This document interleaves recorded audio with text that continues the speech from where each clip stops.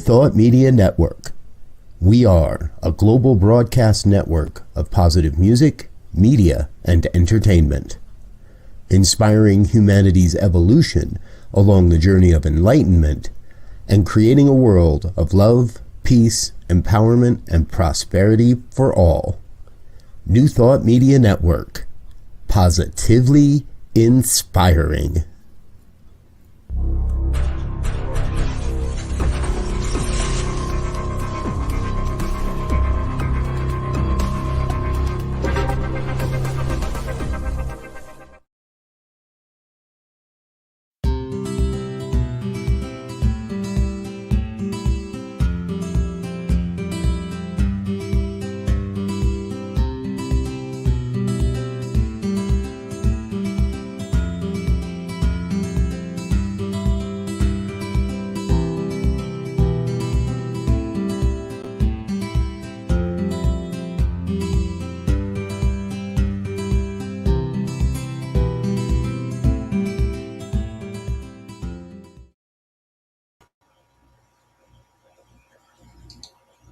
Hello, this is Gina, and I am here for The Joy is in the Journey. And this show is all about helping people find a greater way to their personal joy. Who doesn't want to have a happier life? It's like a soundbite. Of course, everybody wants to be happy. And it's nice to say, well, find more things that cause you joy. But it's not always easy to find our way there. So today, I am very excited to have a wonderful guest that I consider a friend, and I also think is just one of the most amazing people on the planet, let alone brilliant. So I am so happy to have with me today someone whose best-selling book is Move into Your Magnificence. And he truly does that and helps everyone along the way.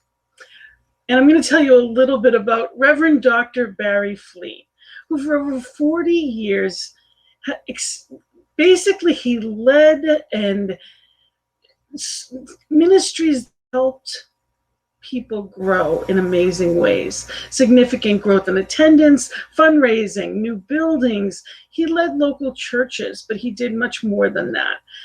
He helped capital campaigns. He did anything and everything to help individuals and institutions and churches be better than they were.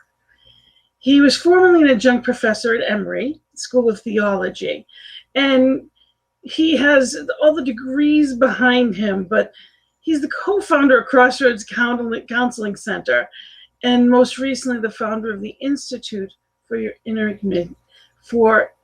Magnificence.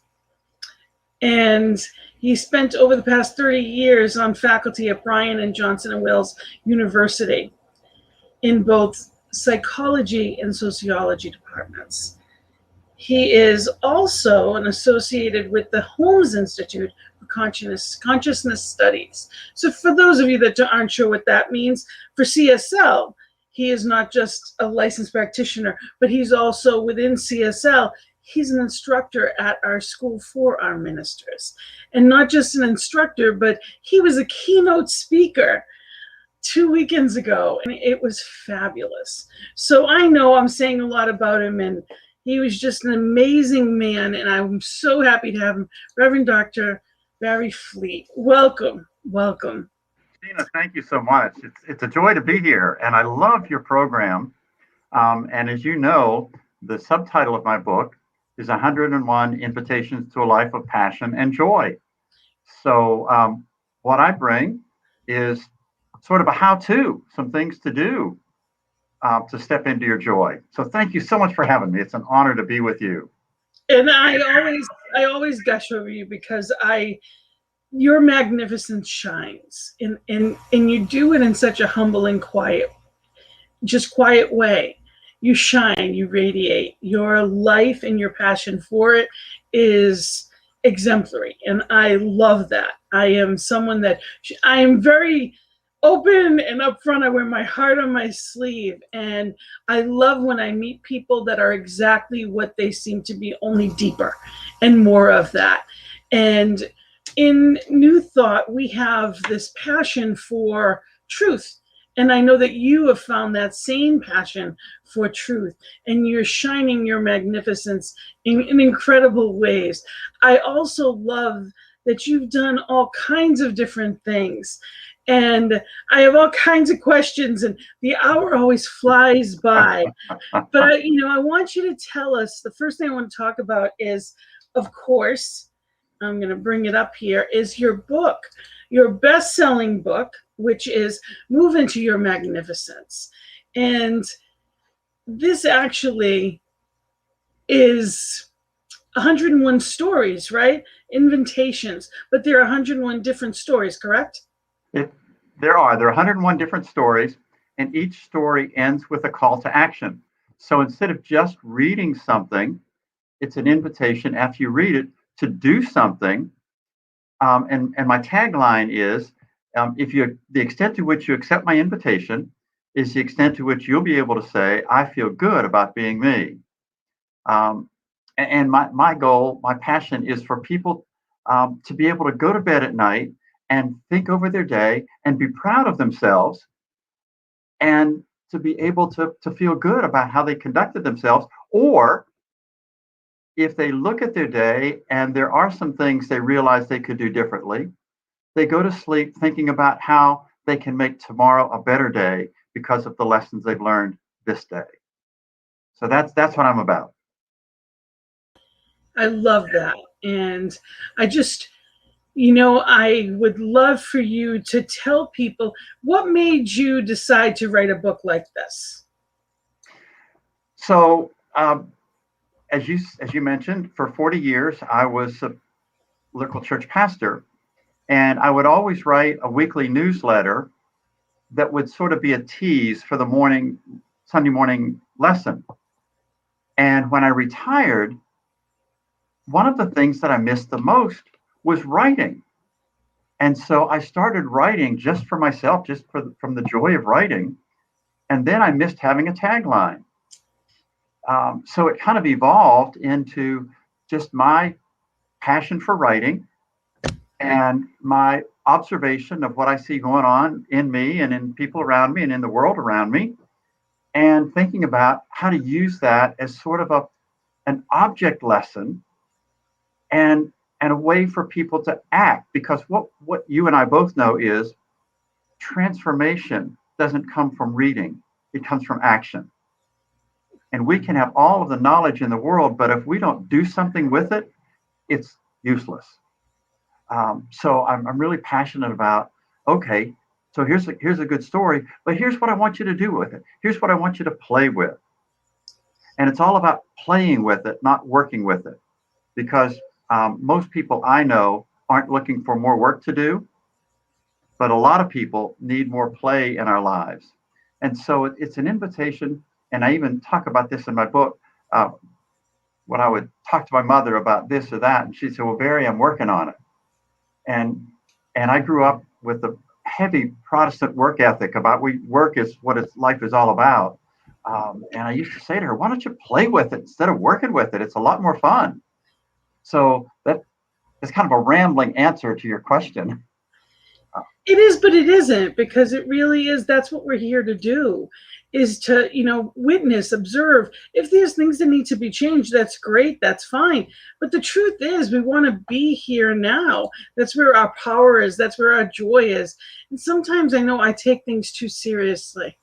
And it's not that it's not that important. It may be very important, but it doesn't change the fact that what I bring into it, if I say it's serious and this is going to be hard, it's too serious, and it was hard. So it's being mindful about my attitude walking into anything, which actually we were having that conversation right before we started, because isn't that life? Sometimes it's yes, of course, we're trying to do and be, the best version of ourselves, but we already are it. We need to get ourselves out of the way sometimes. I know for me anyway, that's part of my challenge, is just, like you said, do it in joy and be in that place of play with this, witness this. And when something shows up again, say, well, isn't that interesting? Here we go again. And just kind of redirect, when we're in the car. And that I like the idea of the rumble strip. When we're on the rumble strip, we know we need to go back into the lane a little bit. And it's not to say that we're off the road, thankfully. It's Right. only there so we don't go off. So that mindfulness to me is a lot like that, in being in that place of making sure that I'm not falling off and staying focused on, that center. Because when I'm using the best of me, things are easy. When I'm caught up in the story, that's when I can complicate things. Yeah, and the good thing about the rumble strip is life wants us to live life in the fast lane, to enjoy life, to travel safely through life. And life gives us warnings. But a lot of us are so busy and so intent that we miss them. And then we end up in the ditch. It is. It's funny when, there's just, and then you witness it and you say, okay. And hopefully we've got enough people that we've created a life around us that they'll help us out of the ditch. We Right. don't just have to try to wait and do it ourselves. Or we're not too stubborn, if I'm speaking for myself, too stubborn to ask for help. Because I had a conversation with someone earlier too. The more that you think you've whatever your position or whatever your title, the higher up you go, the more you think you should have already been there. I should already be able to handle this. Whatever that means, I haven't figured out yet. When I think I need to handle something better, usually I'm getting myself into trouble. Spirit to lead. I'm trying to get something done. And that's where it gets tricky. It does. And I think a lot of us, a couple of things. A lot of us have this sense of the imposter syndrome, because I spent most of my life with it. Most of my life being afraid that if people knew what I was really like, nobody would like me. And so there's tremendous amount of energy that goes into maintaining an image. And when we can let that go, and when we're okay with just being us, life is much lighter and it is much more joyful. So yeah, letting that stuff go. And when it comes to asking for help, there are a lot of us, but I also think it's especially hard for men. In women in different ways. I think it's in two different ways. There's a perceived weakness in a woman sometimes, that we think that if I ask, then I'm being weak. Whereas men, there's that macho-ness that they shouldn't need it. So Right. It's two different angles. And we each think that the other has it better, which I think is hilarious.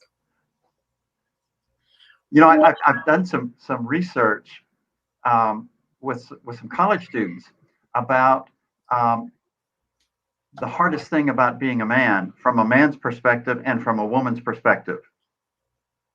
And what the research says consistently from both the women's perspective and the men's perspective is it's really hard for guys to ask help. They're supposed to be the leader. They're supposed to know everything. And the other thing is dealing with feelings. And that's, again, kind of playing off of what you said but I think that women, it's much more socially acceptable for women to have feelings. I think that the backside of that is women's feelings get blamed on PMS or whatever else. And it kind of cuts the legitimacy of their feelings. And men kind of aren't allowed to have feelings. I'll often ask them completely. Oftentimes they just cut them off completely. Yeah, and I was talking with some students at the end of the semester, and I asked the women how they would feel. I said, I'll talk about you want men to be more sensitive. How do you feel about going out with somebody that cries at movies? And the joking but serious response was, as long as he doesn't cry more than I do. Well, I'd be safe with that because I cry over Hallmark commercials. It doesn't even have to be a Hallmark commercial. I see, those reunion commercials that they're playing all the time now. 10 seconds in, I'm crying. So Yeah. songs, everything. So I wouldn't have to worry, but I understand what you're saying. But if a guy were to do that, it's very off-putting in general, because the part of being a real man is dealing with your feelings, and you deal with them inwardly. You don't express them. Back in the 70s and 80s, when the women's liberation movement sort of was at its peak, some of my women friends and colleagues talked about men basically have two feelings: anger and ejaculation. That's the spectrum. But what I've noticed over the last 30 years, when I ask students to make a list of feelings, invariably women could make much longer lists in the same amount of time than men could. Yes. What I'm noticing is, over the last 3 decades, men's list of feeling words, their access to the vocabulary has increased. Thank God. Whether they express it or not, but at least they know more words. They can come up with more words to talk about their feelings. So it's moving in the right direction. Definitely. Now I have a question. Well, I just wanted to mention when you were saying, the imposter syndrome and worrying about what everybody thinks of me. Now we all have that, and it's everyone has that bit of, what if I'm not good enough? The what ifs kind of thing too. One of the things that I heard at this point over 20 years ago and has been a mantra to me, and I do say it almost every day in different ways: what other people think of me is none of my business. Yeah. If I am aligned, and I don't mean it in a glib way, if I'm aligned with spirit, and I also heard, say what you mean what you say, but don't say it mean. So as long as I am appropriate and I am being in alignment with my highest self, it's not about what another person is thinking. Should I hurt someone? That's a completely different story. It does not give me license for that. But at the same time, it keeps me on my side of the street, because I'm not a mind reader, and I don't know what people's looks are, and I don't know that, I do know that I don't take up as much time in other people's minds as I would have allotted myself if I didn't know that much. Yeah, I think Wayne Dyer gets credit for initiating that, and I actually have a story in my book about that, because I think Wayne Dyer got it a little bit wrong. I think it's really arrogant when we don't pay attention to other people's feelings or what somebody thinks of me, because sometimes what other people can do for me is shine a light on my blind spot. And so I think it's important to pay attention, but the key is to not allow ourselves to be controlled by what other people think of us. To take that in as information, to see if it fits. It may or may not, but at least to be open to, are they seeing something in me that I need to take a look at? I don't mean it when someone says something to you.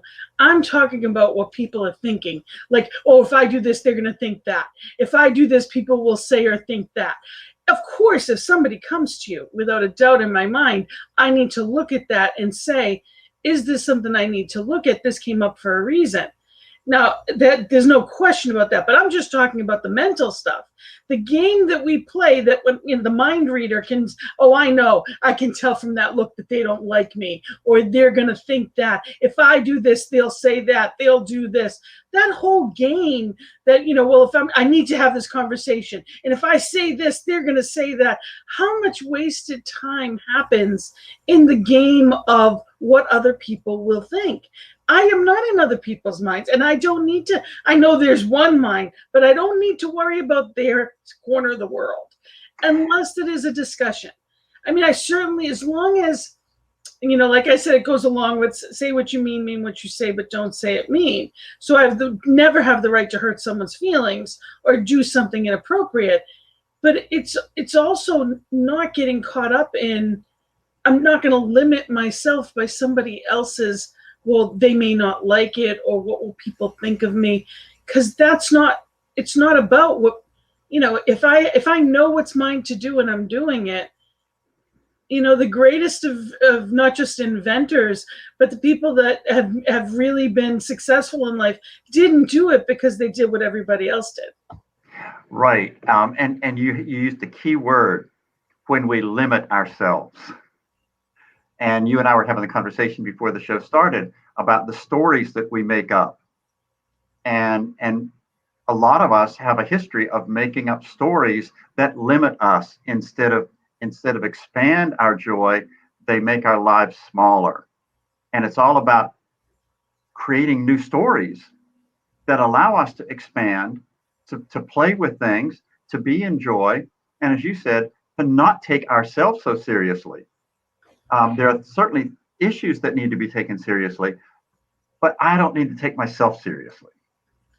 Not overly, anyway. It's not in a way of, it's not to say that it's not, I need to care for myself and honor myself, and everyone, I believe, does, but it's a fine line. So, but I don't want to get away from, because I have a bunch of questions and time flies. So the other question I wanted to ask you around the book, your best-selling book, I just want to add, and for those that are just joining us, I just wanted to say again, this is Reverend Dr. Bary Fleet, and he is the author of Move into Your Magnificence. And I love the fact that you spent time with Jack Canfield with this one. And you did your foreword, correct? Correct. He has an endorsement on the back. What was that like? What was it like to spend time with him? It was absolutely amazing. I have been so blessed on this journey. I've been places I never dreamed I would go, but I had the opportunity of spending a couple of days at his home with a number of other authors, and we sat on the hot seat with him and got his feedback on what we were working on and thinking about and playing with. And then had a time to go into his studio and have an interview with him. And one of his teachings, by the way, I'm also certified by Jack to be a Success Principles coach under his program. And one of the things that he teaches is to never be afraid to ask for what you want. So after the interview with him, I said, Jack, what would it take for you to write an endorsement for my book? And he thought for a minute and he said, yeah, I'll do that. And so the endorsement actually comes from some things that he had to say in the interview that he did with me that I believe is up on my website. You can take a look at that if I'm not mistaken. And I'm going to be putting up, I'll put this up again afterwards, but this has a bunch of information, so I'll be letting people know that this will be coming again, how to get a hold of you. And just towards the end of the hour, I'll put that up again so people can take a look, and has all the information on it. So that way they can reach out to you for whatever it may be. So I just wanted to, it's exciting. And you met up with him a couple of times too, right?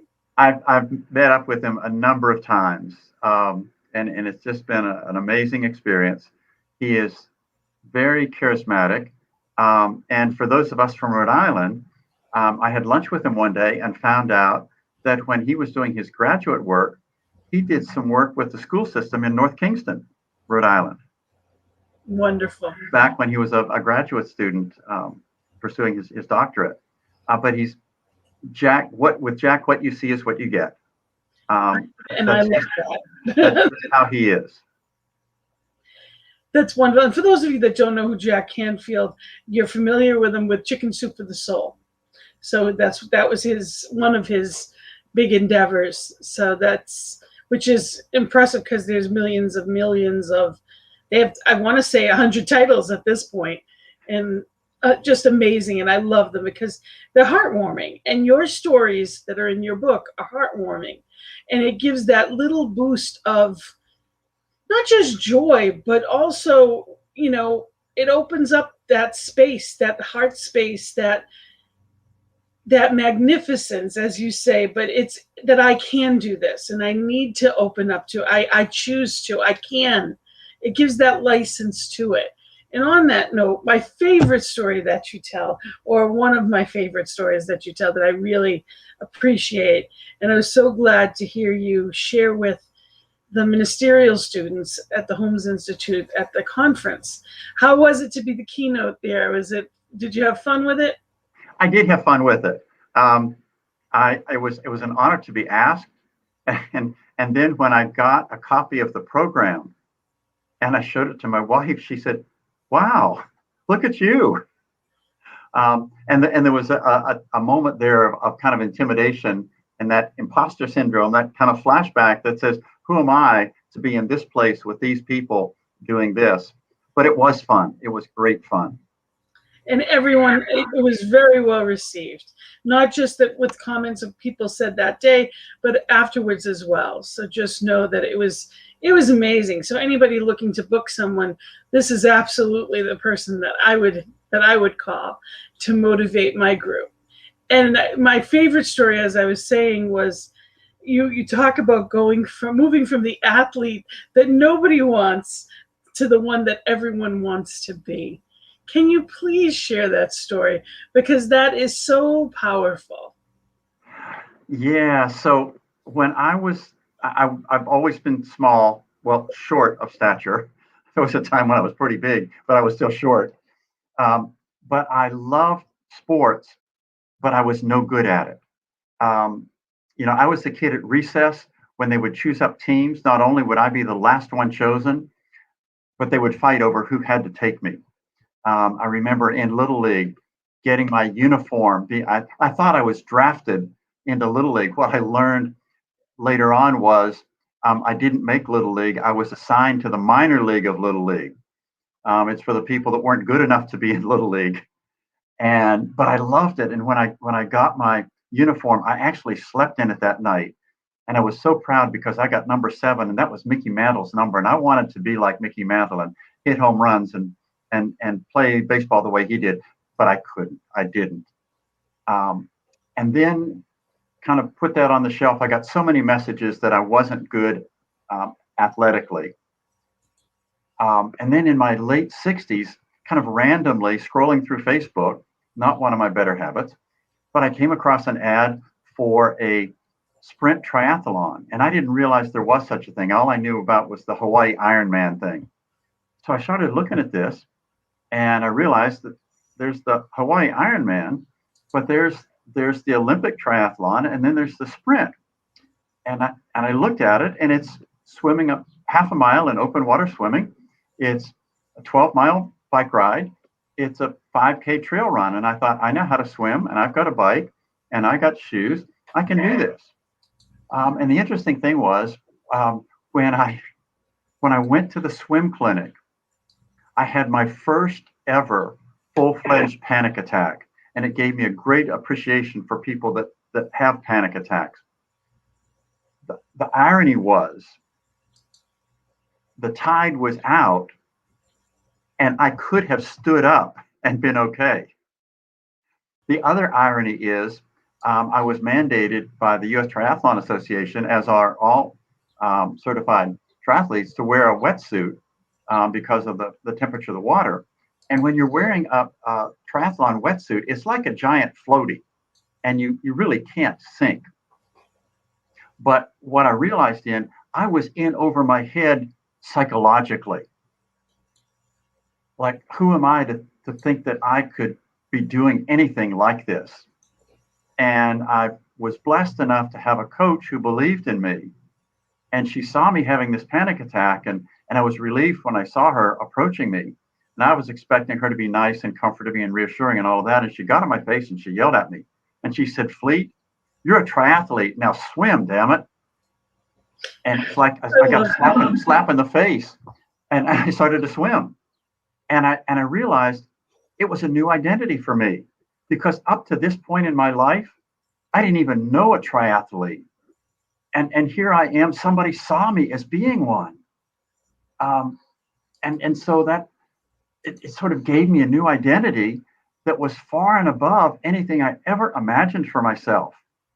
And as I tell in my TED Talk, that I did finish the triathlon. I finished first in my age group. And the next year, because of my age and finishing first in my age group then, I was invited by the U.S. Triathlon Association to try out to compete to represent the United States in the World Championships that in Rotterdam that year. And just to think about, so here's this kid that nobody wanted on their team, now being invited by the U.S. Triathlon Association to try out to represent the United States. And I continue to enjoy physical challenges. Some of you may or may not know about Spartan events, but I celebrated my 70th birthday by completing a Spartan trifecta at Fenway Park. And for those of you that don't know what that means, basically it's running a bleacher 5K on the bleachers at Fenway Park, doing ridiculous obstacles along the way. And I just today actually set a goal for myself. So I'm going public to celebrate my 75th birthday this November, the week of my birthday, by running my first ever marathon. So that's my story and how I made that transition from being the person nobody wanted on their team to what I've now realized is, without intending to, I've inspired lots of people to realize they have a lot more potential than they imagined themselves to. Absolutely. And you're just amazing. I can't even fathom. I was that person that nobody wanted on their team, so I understand that completely. And I still probably would be that in any kind of athletics at the moment. Someday, maybe not so much, but for this day, I have tremendous respect for all that you've done, because you, like I said, you put yourself behind what you tell yourself you're going to do. And I can't even fathom, going to do a marathon for that's your new goal. That's fabulous, just fabulous. But it's exciting. And that I always say may the best of your life be the rest of your life. I hear people that speak as if while they're getting older that, oh, well, it's too late now. As a life coach, I know every day is what you make of it. Louise Hay, up until her, she was, I forget how old she was when she, like 84, but she was still learning new things. She learned how to ballroom dance and took art classes well into her 80s. She learned all kinds of new things. That's what life is all about. It's enjoying every day of it. And that's when we get old, is when we think we stop learning, when we stop exploring, when we stop living. Because old is a mindset. It's not about the years. There are people that live. My sister transitioned at 37, so there's nothing that's guaranteed. And there are people that live well into their. My Uncle Jackie was 95, and he was still going to casinos until COVID, and then he transitioned during COVID, but he lived every day of his life. That's the difference, is are you living or are you existing? And joy is, that's why we're here to love, and we're here to be in joy. So it's really, and we have Wayne here saying AAA, awake, aware, and accountable. There you go, Wayne. And I just want to also mention, if anybody has questions for Dr. Bary, please feel free to put them in the chat. Know that we are here, and we'd love to hear them. But you really do. You talk about what you talk about, you live, and I really appreciate that. Gina, you used a really key word when you were talking about Louise Hay. We are hardwired to experience joy when we learn something. Every time we learn something, it makes us feel good about ourselves. And every time we do something for somebody else, anytime we contribute to something bigger than ourselves, we feel good about ourselves. We're hardwired that way. And it happens universally. I can't do something for somebody else. Well, that's not true. I can be resentful. But when I do something for somebody else, or when I commit to something bigger than myself, I always feel good about myself. And it can be something as small as smiling at a cashier and making small talk when I'm checking out, or holding the door open for somebody, or one of the hardest ones for me was letting somebody merge into traffic in front of me because I have that competitive spirit. No, you're not going to. I'm going to get you.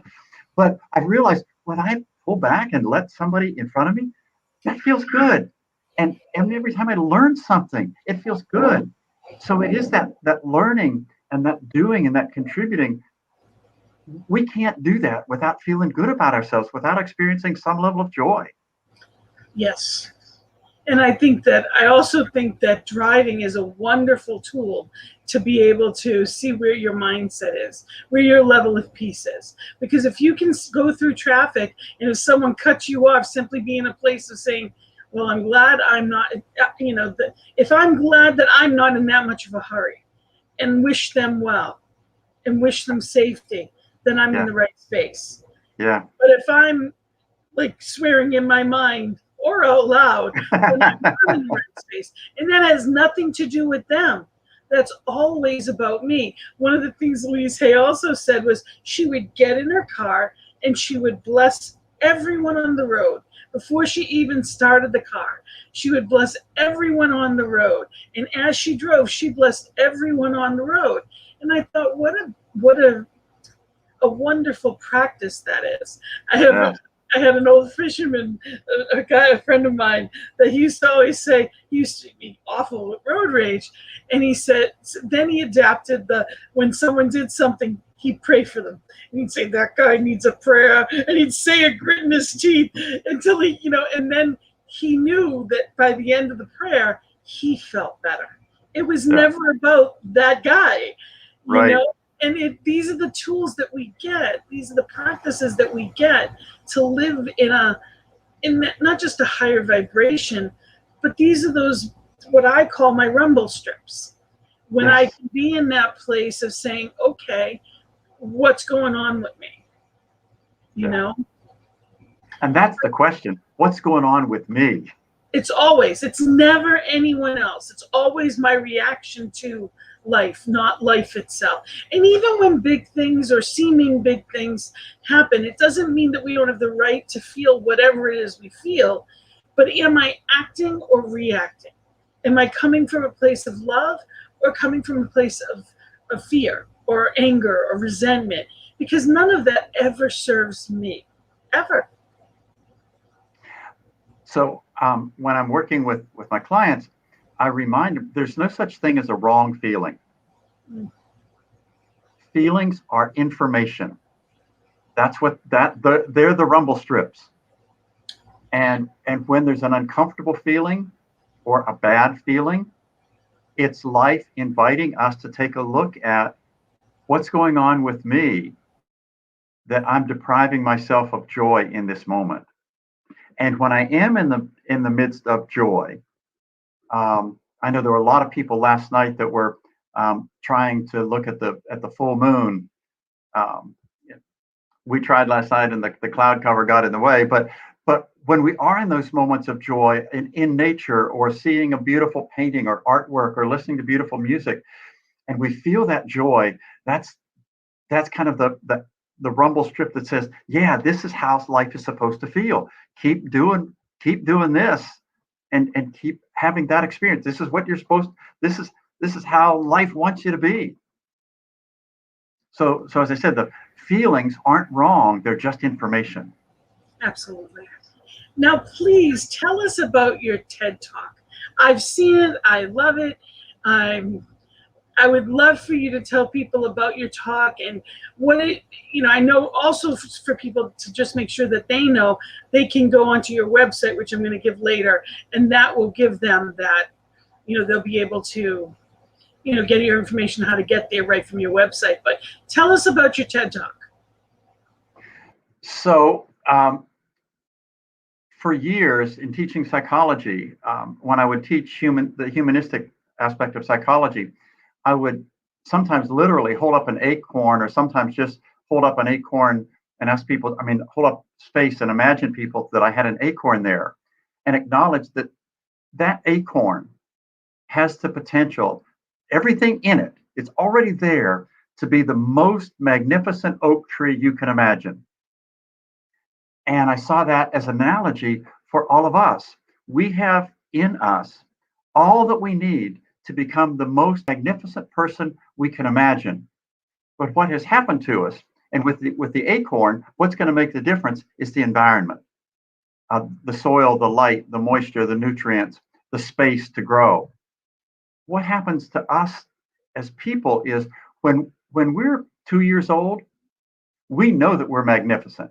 You give us a bath towel and a couple of diaper pins and put that on our shoulders, and we're running around and we're Superman or Superwoman. We're superheroes and we could do anything. But there was a study at the University of Iowa that showed that the average 2-year-old gets told the word no over 400 times a day. Well, when you think about what the average 2-year-old is doing, they're just being the average 2-year-old, exploring life, having fun, experimenting, being curious.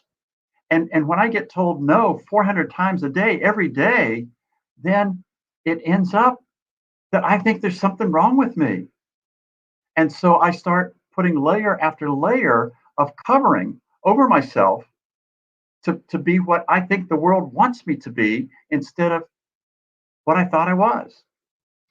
So the funny thing is, when I saw the advertisement that Bryant was looking for speakers for a TED Talk, I went through the application process, and it's a very stringent vetting process that they go through before people are chosen and given the opportunity to present. And one of the pieces of advice I got was watch lots of TED Talks, watch lots of TED Talks. And one night, it was probably 1 o'clock in the morning, and I was going through TED Talk after TED Talk, and I see some guy in Florida holding up an acorn to start his TED Talk. And I thought, no, he took it. He took it. And he did something very different with it. But I didn't want to leave myself, here's, thinking about what other people are going to think. I didn't want other people to think I had stolen his idea. And I went upstairs and I said to my wife, I said, I don't know what I'm going to do. The whole thing was predicated on an acorn. And she said, Bary, look in your nightstand. You've got a geode. That's your object. Everybody in us has a unique beauty, a unique magnificence. On the outside, we look like a rock. We look ordinary. And a lot of people look at us and see our ordinariness, and we look at us and we see our ordinariness. But somebody, a geologist, can look and say, no, there's something magnificent in here. Let's crack it open and see. So that was sort of the evolution of the analogy about we are like geodes. We're full of magnificent beauty. We just don't know it. And it takes somebody that knows more about us than we sometimes know about ourselves to crack us open, to connect us with what's already there, to reconnect us with that joy for life that we had when we were 2. And to know it's okay to be playful and to be experimental and to just be free. So that's kind of where it all went. And what my invitation at the end of the TED Talk, if you watch it, is I ask people in the audience to turn and look at each other. Turn to the right and look at the eyes of the person on your right, and see their magnificence. And turn to the person on your left and look at them and see their magnificence. And know that while you were doing that, there were 2 people looking at you and seeing your magnificence. And so my invitation is for those of us that are in touch with our magnificence to make it our mission, our passion, to look at people around us and to see not their ordinariness, but their magnificence. So that's the invitation that I would leave for everybody. Absolutely. Absolutely. And Neil had just commented on he just wanted to comment, great point on how is this informing me and working for me on the point that you had made as far as the information when we're just witnessing it. And he also said, in every seed is the promise of a great forest. Yes. And each individual is that promise. And it's whether or not, I always look at it as I use the analogy a lot of a baby. And I say, when you held, whether it's your child or whether it's sometimes we have younger siblings or a niece or a nephew, and you hold this infant that is absolutely precious, and you're holding them and you're looking at them and you're seeing the full potential of divine in their eyes. They can be a doctor, or they could be a minister, or they could be anything they wanted, from a movie star to a ball player. They could be a ballerina. They could be anything at all in life. The world is at those little bitty fingertips, and just pure love and knowing that you would do anything for this child, and knowing that people did that of you. That you were held and loved and honored that much, and that it is up to us to honor ourselves in that way, that nothing went away, that child has no less or more potential than each individual. So when we look in the mirrors, we need to know that is that same potential that is in that infinite little baby. People knew it of us, and I know it of each one. And that's where, I love our practices. I love the tools of New Thought, Science of Mind in general. But it's so important that we really, that we hold to that too. We really are aware of our own magnificence. And like you said, the geos, it's inside. Our magnificence is on the inside. If our society spent a fraction of the time on kindness as it does on beauty tips, we'd have a beautiful society. So it's being mindful of that. If we spent a fraction of the time honoring, people in our lives, as opposed to, griping about whoever, it'd be a very different world. There was a question here. That was one of the ones that he had said. Here it is. Wayne wanted to know, what amps up your faith in oneness?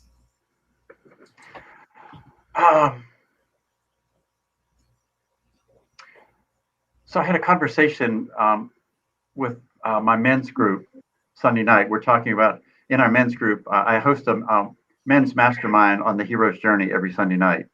And we're talking about the warrior part of us. And I'm going to put in a commercial for it before you finish that.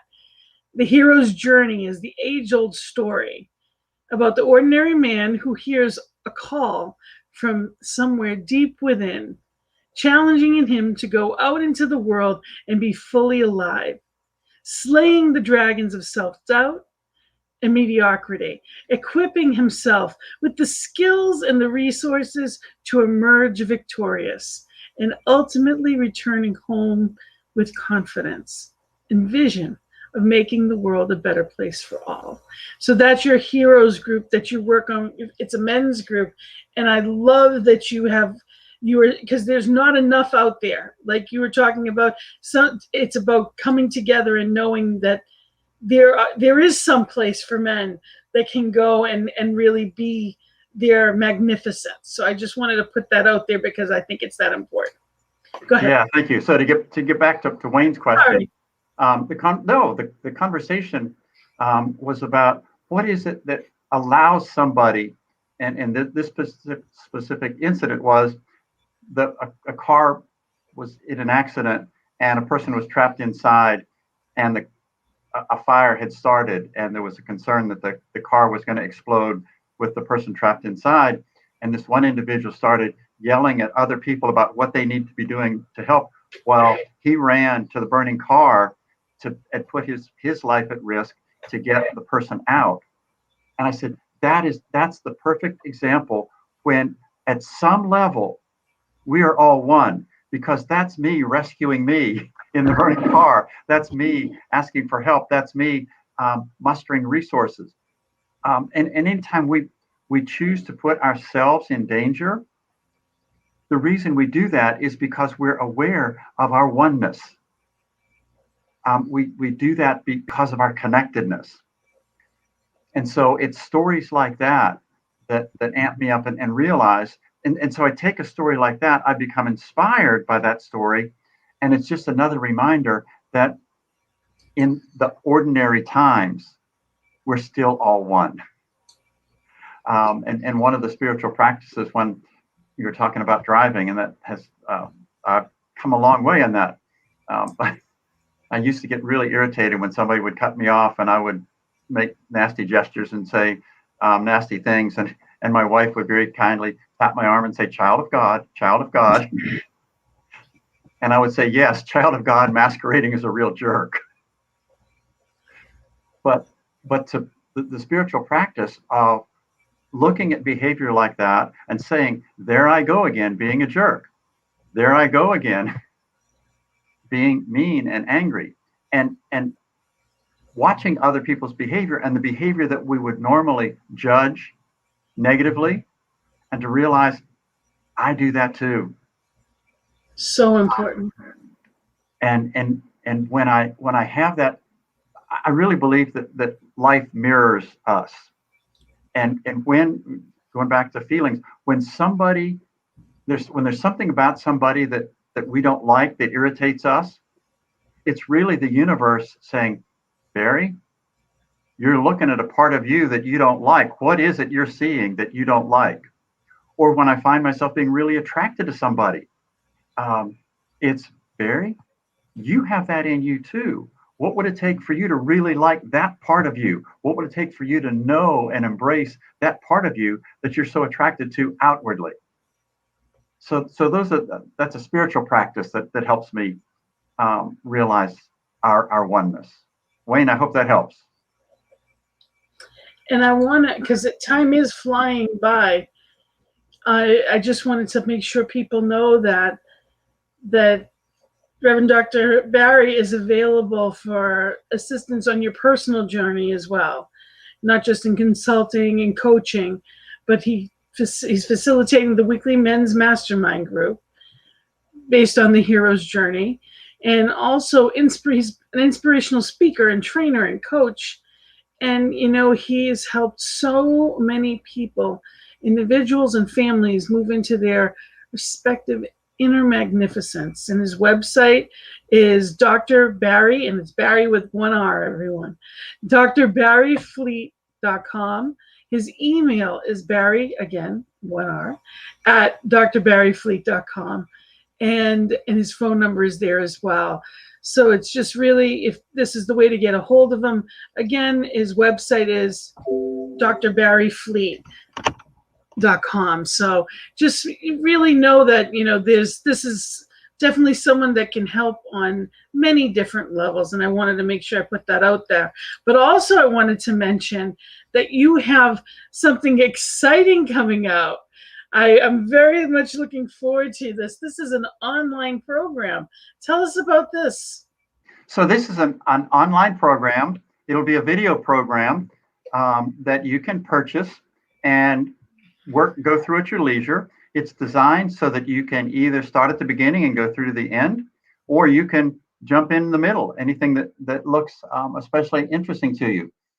But there's 7 sections: moving into your day, moving into your thoughts, your actions, your regrets, your environment, your goodness, and your truth. And in each of those 7 segments, there are 4 different videos, 4 different stories, 4 different invitations for ways to help you move into your magnificence in those different facets of life. And there's also a special bonus module, I call it For Men, or the Man in Your Life. And the 3 videos that will be a part of that are, for men, have a hero, be a hero, and remember it's okay to cry. So I'm recording that. I've got an appointment to be in the studio the end of June, and hope that by the end of the summer, that program will be out, that you can purchase, and you can work through it and play with it at your leisure. And it comes not only with what's that turn out to be, 31 videos, but I've created a playbook to go with it. Not a workbook, but a playbook. So that there are invitations for action that you can play with and and journal about as you move into your magnificence. And one of the things that I read the other day that I really like the image is, it's not about the big things that we do, but it's the accumulation of the small things that we do. And somebody invited me to think about, imagine a painting. A painting doesn't just appear. There are thousands of brushstrokes that go into the painting. And it isn't the big, I mean, yes, there are big things that we can do, but it's the accumulation of all of those little things that makes our painting, the picture of us, so magnificent and so beautiful. So yeah, I'm really excited about putting this into people's hands. And it, as it said, it roughly parallels certainly the themes of the book. Wonderful. Wonderful. So I also wanted to just say thank you. Neil said that the world needs our teachings, and thanks to both of us for bringing it to the people. So thank you. It's a privilege to be here. And Neil, thank you for being here. Yes. And I love having, I really do. I love having you on here as a guest. Thank you so much for being here. This hour has flown by as I knew that it would. Is there anything else that you'd like to say and just share with people? No, I want to talk just a minute about the men's mastermind group on Sunday nights. Mm-hmm. Please be in touch with me if you have any interest in that. But it is based on the hero's journey. And every quarter we have a different aspect of the hero: the magician, the lover, the warrior, the king. And every month has a different focus on that. And every week is yet a different focus. And again, it's all about action. We always end our sessions when we each make a commitment to take one bold action from the heroic perspective, because I think that everybody needs a hero in your life, and I want the men to be the heroes in their own story. I want that for women too, but women have lots of other resources. I think there's not as many resources for men right now. And as I did my research, I found out a lot of the books about helping men move into their masculinity were written by women. Yeah. And I think it's time for men to model for other men and to join together to be the best versions of ourselves, to be the heroic versions of ourselves instead of the victim versions of ourselves and the dead versions of ourselves. So if you have any interest, please get in touch with me. I'll be glad to talk to you about what's involved and how that works. The other thing that I'll say, Gina, for those of you that are listening today, if you will get in touch with me and tell me that you were here today, I'll be glad to do a free 30-minute coaching session. Wow. So yeah, just acknowledge, get in touch with me, say that you were here, that you saw the show with me. You saw this show with Gina, and you'd like to take advantage of that, and I'll be happy to make that happen. Wonderful. Thank you so much. And just, mentioning the joys in the journey, and then there you go. You get there you go. There you go. Session. And again, you can reach him. The website is drbaryfleet.com, and it's 1R, and there is only one of you. You are magnificent, and I thank you so much for being here. Definitely a blessing. Thank you so much. Thank you for having me. Come back when you're all set over the summer. You'll have to come back and let us know all about. I can't wait to hear more about your new online program. Very excited for you. Thank you. Thank you for being here. Thank you for having me. And I'm going to say goodbye to everyone. And before we do, just a couple of things. Thank you so much. We'll see you I will see you soon, Dr. Bary. And I wanted to just mention that if you wanted to reach out to me with either ideas of shows or topics that you want covered, know that I'm here, Gina at believeinouttoday.com. You can reach me. I also want you to, it's ntmedia.org. This show is here because of people like you. This entire station is because of your donations. So if you've received anything, please know to reach out to ntmedia.org. We are here because of your kindness. and support. So whatever you have, whether it's 5 or 50, or whether it is a monthly donation, we also do that. We appreciate it, knowing whatever you give out always comes back multiplied. And thank you again for being here. I really do appreciate it. And remember to reach out to Dr. Bary for your free session. If there's any questions or anything for me, remember, just reach out to me. And I love you and I honor you. I see you and I am for your joy. And I know that spirit is for your joy. So have fun. Be your best and most joyful self. Celebrate as I am celebrating you. Have a magnificent day.